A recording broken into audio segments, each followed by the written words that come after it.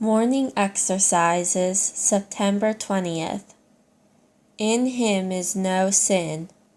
1 John 3:5. No sin original. David said, I was shapen in iniquity, and in sin did my mother conceive me. The same may be said by every individual of the human race. Our Savior was truly a man, but to secure him in the participation of our nature from pollution, behold a new thing in the earth. He is made only of a woman. A virgin conceives and bears a son, and that holy thing which is born of her is called the Son of God. His people are holy by renovation. He was so by nature. Even when sanctified, they feel within them a conflict. The flesh and the spirit oppose each other, and they cannot do the things that they would. But he had no warfare of this kind. He could not say, I find then a law that when I would do good, evil is present with me. All his senses and appetites and passions moved in obedience to reason, and in unison with the will of God. Hence there was in him no sin actual. In proof of this testimony of his friends may be deemed partial, though they had the best opportunities of knowing him, and they all gloried in the avowal that he did no sin, neither was guile found in his mouth. But hear the multitude, he hath done all things well. Hear the dying thief, this man hath done nothing amiss. Hear Pilate, who judicially examined him, I find no fault in this man. I am pure from the blood of that just man. Hear Judas, the domestic spy, after 3 years of intimacy with him. I have betrayed innocent blood. No one ever had more keen or malicious observers, especially in the Pharisees, whom he had exasperated to fury by laying open their pious wickedness to the people. But he challenged every adversary. Which of you convinceth me of sin? If there be anything in us susceptible of evil influence, Satan will be sure to find it, for he has a bait to suit every disposition.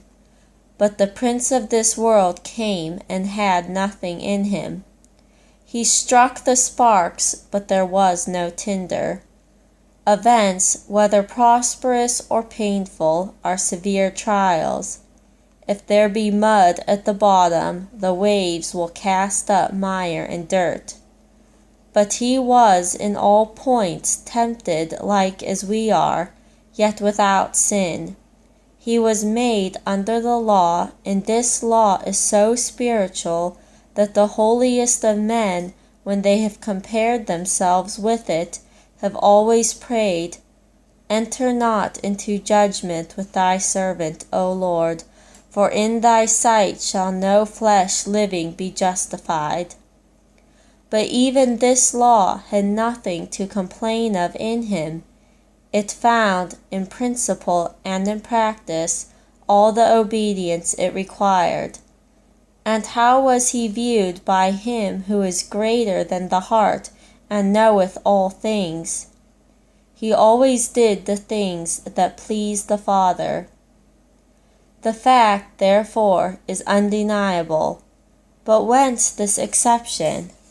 How came this one man alone to have no sin in him, while as to the myriads of the human race besides, they are all gone out of the way? There is none righteous, no, not one. It can only be accounted for upon the admission that he was the Lord from heaven, the Holy One of God, the Word made flesh, the only begotten of the Father, full of grace and truth, who received not the Spirit by measure, in whom dwelt all the fullness of the Godhead bodily. This is not an unimportant decision. The innocency of his character affects the credibility of his mission and his doctrine. A being in whom was no sin could not have been a deceiver, but he constantly declared that he came forth from God, that he came to seek and to save that which was lost, that he would cast out none that came to him. It serves to evince the nature of his suffering and death. He had no sin of his own, and therefore if he died not for the sins of others, he died without any reference to sin at all. And where then is the God of judgment? That be far from him to slay the righteous with the wicked. No one ever suffered under his government absolutely innocent, but either is personally or relatively guilty, bearing his own desert or the desert of others. But in him was no sin, yet he was esteemed stricken, smitten of God, and afflicted. And so he was. But he was wounded for our transgressions, he was bruised for our iniquities. The chastisement of our peace was upon him, and with his stripes we are healed. Without this, he could not have been qualified for his work. He had immediately to approach infinite purity. His sacrifice would not have been accepted unless he had offered himself without spot to God. Such a high priest became us, who was harmless, holy, undefiled, and separate from sinners, and who needed not to suffer for his own sins, dying only for those of others. What a character is here! Others are lovely, but he is altogether lovely. See what humanity can become and will become in all his followers, for they are predestined to be conformed to him. The spirits of just men will be made perfect, and though they will be re-embodied, their bodies will have no seed of corruption in them, for they also will be not generated but produced.